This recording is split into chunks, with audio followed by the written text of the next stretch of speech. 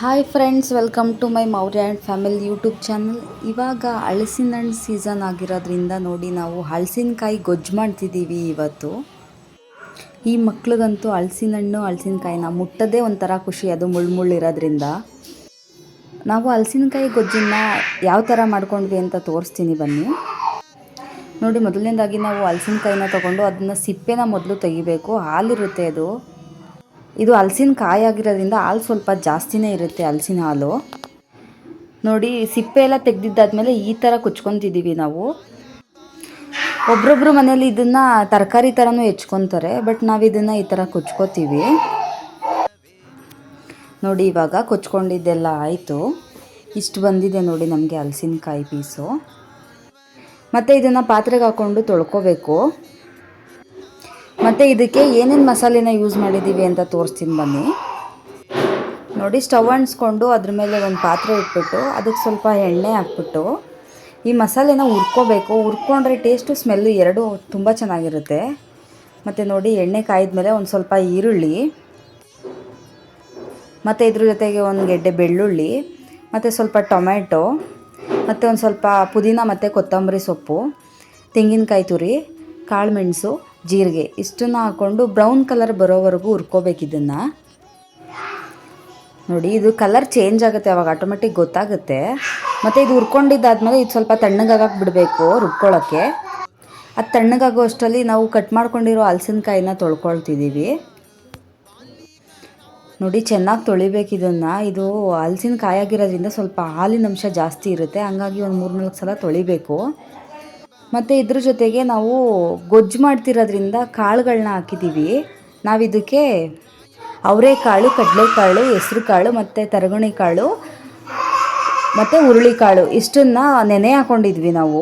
ಬೆಳಿಗ್ಗೆ ಸಂಜೆ ಸಾಂಬಾರು ಮಾಡ್ತಿರೋದ್ರಿಂದ ಬೆಳಗ್ಗೆನೇ ನೆನೆ ಹಾಕ್ಕೊಂಡಿದ್ವಿ. ನೋಡಿ, ಇವಾಗ ತೊಳೆದಿದ್ದಾಯಿತು. ನೋಡಿ, ಇವಾಗ ಮಸಾಲೆ ತಣ್ಣಗಾಗಿದೆ. ಇದನ್ನು ಒಂದು ಮಿಕ್ಸಿ ಜಾರಿಗೆ ಹಾಕ್ಕೊಂಡು ನುಣ್ಣಗೆ ರುಬ್ಕೋಬೇಕು, ಸ್ವಲ್ಪ ನೀರು ಹಾಕ್ಕೊಂಡು. ನೋಡಿ, ನಾವು ರುಬ್ಕೋತಿದ್ದೀವಿ. ನೋಡಿ, ಇದು ನುಣ್ಣಗಾದ್ಮೇಲೆ ನಾವು ಮನೇಲೇ ಮಾಡ್ಕೊಂಡಿರೋವಂಥ ಸಾಂಬಾರು ಪೌಡ್ರನ್ನ ಯೂಸ್ ಮಾಡ್ತಿದ್ದೀವಿ. ಬೇಳೆ ಸಾಂಬಾರು ಪೌಡ್ರು ಯೂಸ್ ಮಾಡ್ತಿದ್ದೀವಿ. ಮತ್ತು ಸಾಂಬಾರು ಪೌಡ್ರ್ ಹಾಕ್ಕೊಂಡು ಇದೊಂದು ಸ್ವಲ್ಪ ನೀರು ಆ್ಯಡ್ ಮಾಡಿಕೊಂಡು ಫುಲ್ಲು ನುಣ್ಣಗೆ ರುಬ್ಕೋಬೇಕು ಇದನ್ನು. ನೋಡಿ, ರುಬ್ಬಿದ್ದಾಯಿತು, ಫುಲ್ಲು ನುಣ್ಣಗಾಗಿದೆ. ಮತ್ತು ಇವಾಗ ಸ್ಟವ್ ಮೇಲೆ ಪಾತ್ರೆ ಇಟ್ಟು ಕುಕ್ಕರ್ ಇಟ್ಕೋಬೇಕು, ಯಾಕಂದರೆ ಕೂಗಿಸ್ಕೋಬೇಕಾಗುತ್ತಲ್ಲ ಹಾಗಾಗಿ. ಮತ್ತು ಕುಕ್ಕರ್ ಕಾಯ್ದ್ಮೇಲೆ ಇದಕ್ಕೊಂದು ಸ್ವಲ್ಪ ಒಗ್ಗರಣೆಗೆ ಸ್ವಲ್ಪ ಎಣ್ಣೆ ಕಾಯ್ದ್ಮೇಲೆ ಒಂದು ಸ್ವಲ್ಪ ಸಾಸಿವೆ ಮತ್ತು ಕರಿಬೇವು ಹಾಕ್ಕೋಬೇಕು. ಇವೆರಡು ಸಿಡಿದ ಮೇಲೆ ಒಂದು ಸ್ವಲ್ಪ ಈರುಳ್ಳಿ ಹಾಕ್ಕೋಬೇಕು ಒಗ್ಗರಣೆಗೆ. ನೋಡಿ, ಹಾಕೋತಿದ್ದೀವಿ. ಇವಾಗ ಈರುಳ್ಳಿ ಸ್ವಲ್ಪ ಬ್ರೌನ್ ಕಲರ್ ಬರೋವರೆಗೂ ಒಗ್ಗರಣೆ ಮಾಡ್ಕೋಬೇಕು ನಾವು. ಮತ್ತು ಇದಾದಮೇಲೆ ನಾವು ತೊಳೆದಿಟ್ಕೊಂಡಿರೋ ಕಾಳುಗಳನ್ನ ಹಾಕ್ಕೋಬೇಕು. ಈ ಕಾಳುಗಳನ್ನ ಒಗ್ಗರಣೆ ಹಾಕಿದಾಗ ಚೆನ್ನಾಗಿ ಫುಲ್ಲು ಹಸಿ ಸ್ಮೆಲ್ ಹೋಗೋವರೆಗೂ ಹುರ್ಕೋಬೇಕು ಕಾಳನ್ನು ನಾವು. ಹಲಸಿನಕಾಯಿ ಗೊಜ್ಜಿಗೆ ಕಾಳುಗಳನ್ನ ಹಾಕಿದ್ರೇ ಟೇಸ್ಟ್ ತುಂಬ ಚೆನ್ನಾಗಿರೋದು. ಮತ್ತು ಕಾಳು ಹಸಿ ಸ್ಮೆಲ್ ಹೋದ್ಮೇಲೆ ನಾವು ರುಬ್ಕೊಂಡಿರೋ ಮಸಾಲೆ ಏನಿತ್ತು ಅದನ್ನು ಆ್ಯಡ್ ಮಾಡ್ಕೋಬೇಕು. ಮತ್ತು ಇದಕ್ಕೆ ನಾವು ನೀರು, ನಮಗೆ ಸಾಂಬಾರು ಬೇಕಾದರೆ ಸಾಂಬಾರನ್ನೂ ಮಾಡ್ಕೋಬೋದು, ಇದನ್ನು ಗೊಜ್ಜು ಬೇಕಂದರೆ ಗೊಜ್ಜನ್ನೂ ಮಾಡ್ಕೋಬೋದು. ನಾವು ಗೊಜ್ಜು ಮಾಡ್ಕೋತಿದ್ದೀವಿ ನೋಡಿ. ಇದಕ್ಕೆ ಸ್ವಲ್ಪ ನೀರು ಜಾಸ್ತಿ ಆ್ಯಡ್ ಮಾಡಿದ್ರೆ ಇದೇ ಸಾಂಬಾರು ಕೂಡ ಆಗುತ್ತೆ. ನೋಡಿ, ಮಸಾಲೆ ಇವಾಗ ಸ್ವಲ್ಪ ಕುದಿ ಎತ್ತೈತೆ. ಮಸಾಲೆ ಕುದಿ ಎತ್ತಿದ ಮೇಲೆ ನಾವು ಏನು ತೊಳೆದಿಟ್ಕೊಂಡಿದ್ವೋ ಹಲಸಿನಕಾಯಿ ಅದನ್ನು ಹಾಕ್ಕೋಬೇಕು. ನೋಡಿ, ಹಾಕ್ತಿದ್ದೀವಿ. ನೋಡಿ,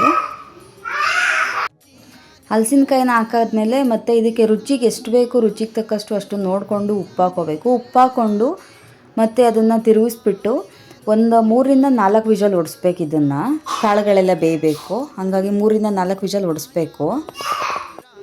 ನೋಡಿ, ನಾನು 4 ವಿಷಲ್ ಹೊಡಿಸಿದ್ದೀನಿ. ಓಪನ್ ಮಾಡ್ತಿದ್ದೀನಿ. ನೋಡಿ, ಸ್ಮೆಲ್ ಅಂತೂ ಸಿಕ್ಕಾಪಟ್ಟೆ ಚೆನ್ನಾಗಿದೆ, ಸುಳ್ಳು ಹೇಳ್ತಿಲ್ಲ. ಬೇಕಿದ್ರೆ ಟ್ರೈ ಮಾಡಿ ನೋಡಿ ನೀವು, ತುಂಬ ಚೆನ್ನಾಗಿದೆ. ಇದು ಸಮ್ಮರ್ ಸೀಸನ್ ಆಗಿರೋದ್ರಿಂದ ಹಲಸಿನಕಾಯಿ ಎಲ್ಲ ಕಡೆ ಆಲ್ಮೋಸ್ಟ್ ಸಿಗುತ್ತೆ. ಮಾಡಿ ನೋಡಿ ನೀವೊಂದು ಸಲ. ನೋಡಿ, ಒಂದು ಪ್ಲೇಟ್ಗೆ ಹಾಕ್ಕೊಂಡ್ವಿ. ಅಮ್ಮಂಗಂತೂ ಸಿಕ್ಕಾಪಟ್ಟೆ ಇಷ್ಟ ಆಗೋಯ್ತು. ನೀವು ಟ್ರೈ ಮಾಡಿ ಫ್ರೆಂಡ್ಸ್, ತುಂಬ ಇಷ್ಟ ಆಗುತ್ತೆ ನಿಜವಾಗ್ಲೂ.